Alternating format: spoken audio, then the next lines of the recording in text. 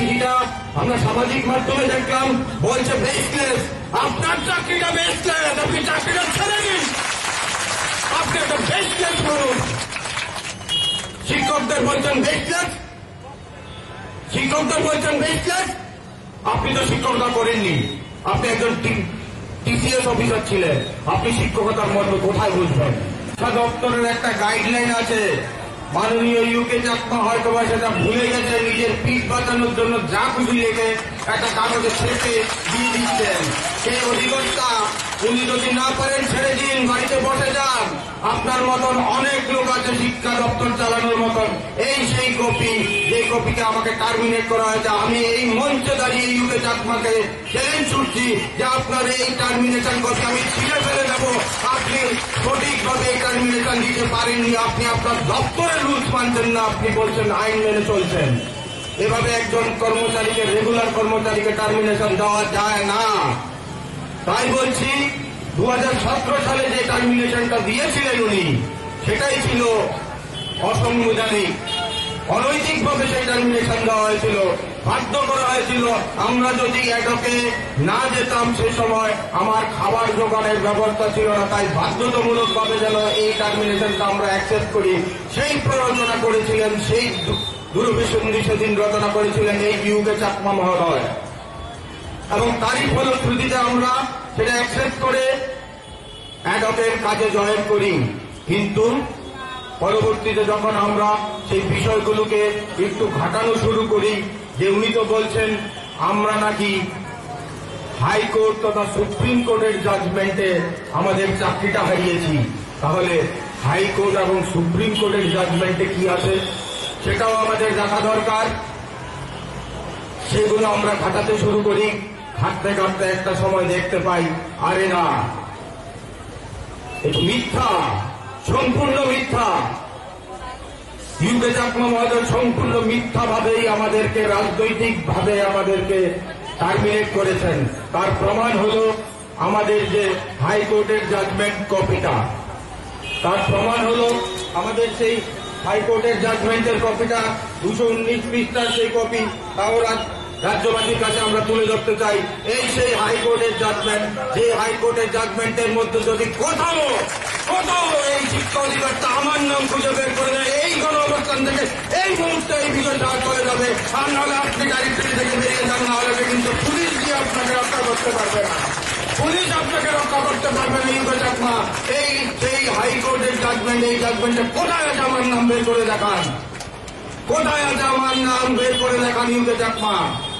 আপনি যে চিঠি দিয়েছেন তার উত্তর আপনাকে দিতে হবে। পুলিশ ঘেরাও করে আপনাকে রক্ষা করতে পারবে না। 10,323 জীবন যদি শেষ হয় আপনিও বাঁচবেন না। আজকে 79 জনের মৃত্যুর দায়ভার আপনাকে নিতে হবে, আপনাকে নিতে হবে। এই মৃত্যুর দায়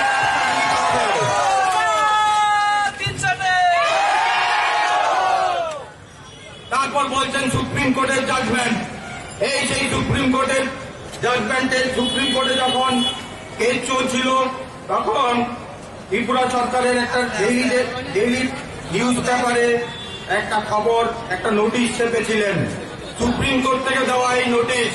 এই নোটিশের মধ্যে কোথায় আছে আমার নাম? ইউকে চাকমা বের করে দেখান যে আপনি বলছেন সুপ্রিম কোর্টে আমার চাকরি চলে গেছে। এই সেই কপি, এই সেই কপি আমরা তুলে ধরেছি। সেই কপির মধ্যে কোথায় আছে আমার নাম? যদি না দেখাতে পারেন তাহলে আপনি ছেড়ে দিন।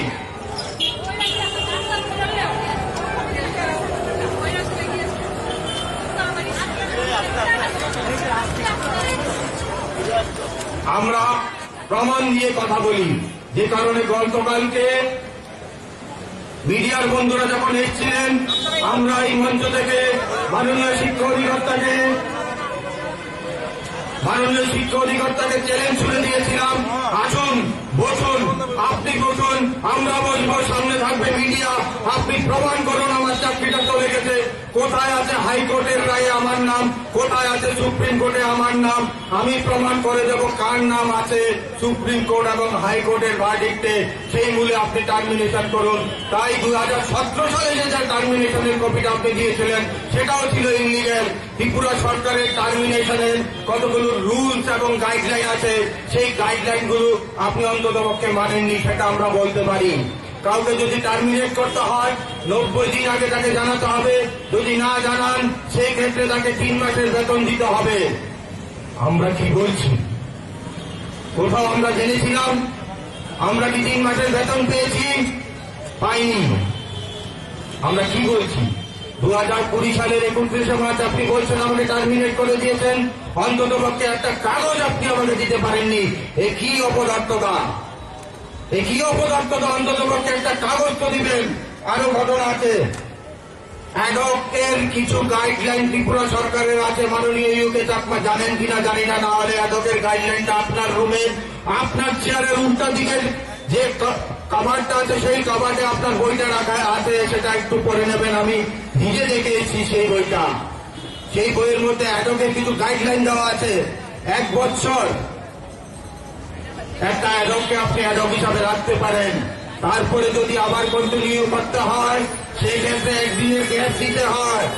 আমাদের ক্ষেত্রে কিন্তু আমরা কন্টিনিউয়াসলি 23 মাস ধরে চাকরি করে যাচ্ছি অ্যাডকে।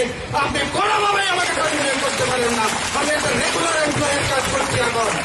সুপ্রিম কোর্ট কিংবা হাইকোর্ট আমাকে চাকরি দেয়নি। সুপ্রিম কোর্ট কিংবা হাইকোর্ট আমাকে চাকরি দেয়নি। সুপ্রিম কোর্ট কিংবা হাইকোর্টের চাকরি খাবার অধিকারও নেই। আমাকে টার্মিনেট করতে পারে না সুপ্রিম কোর্ট। সুপ্রিম কোর্ট কিংবা হাইকোর্ট কি করতে পারে? সুপ্রিম কোর্ট, হাইকোর্ট রাজ্য সরকারকে নির্দেশ দিতে পারে যে তুমি এদেরকে টার্মিনেট করো। তার মানে এই নয় তুমি সুপ্রিম কোর্ট আর হাইকোর্টের নির্দেশ বলে যা খুশি করে যাবে। আমরা তো রাজ্য সরকারের নিয়ম মেনে চাকরিটা পেয়েছিলাম, তাই না টার্মিনেট করতে হলো। রাজ্য সরকারের যে টার্মিনেশনের গাইডলাইন, সেই গাইডলাইন অনুযায়ী আমাকে টার্মিনেট করার কথা ছিল, কিন্তু মাননীয় অধিকর্তা মহোদয় সেটাও ভুলে খেয়েছেন। উনি আমাদের কালকে যে চিঠিটা আমরা সামাজিক মাধ্যমে দেখলাম, বলছে বেসলেস। আপনার চাকরিটা বেসলেস, আপনি চাকরিটা ছেড়ে দিন, আপনি একটা বেসলেস করুন। শিক্ষকদের বলছেন বেসলেস, শিক্ষকদের বলছেন বেসলেস। আপনি তো শিক্ষকতা করেননি, আপনি একজন টিসিএস অফিসার ছিলেন। আপনি শিক্ষকতার মর্ম কোথায় বুঝবেন? কোথায় বুঝবেন? আপনার তো ইংরেজি পড়ার অধিকারই নেই। আপনি জাজমেন্টটা পড়তেই পারেননি, বুঝতেই পারেননি 127 পেরাতে কি বলেছেন। আপনি ছেড়ে দিন, যদি লজ্জা থাকে পদত্যাগ করুন। আপনি লজ্জা থাকলে আপনি পদত্যাগ করুন, না হলে আমাদের সামনে আসুন, মিডিয়ার সামনে। আমরা দায়িত্ব নিয়ে বলছি, প্রমাণ করে দেবো কাদের চাকরি গেছে, কাদের চাকরি যায়নি। শুনতে যান, সামনে যান। পুলিশ দিয়ে, পুলিশ লেলিয়ে আপনি কিছু করতে পারবেন না।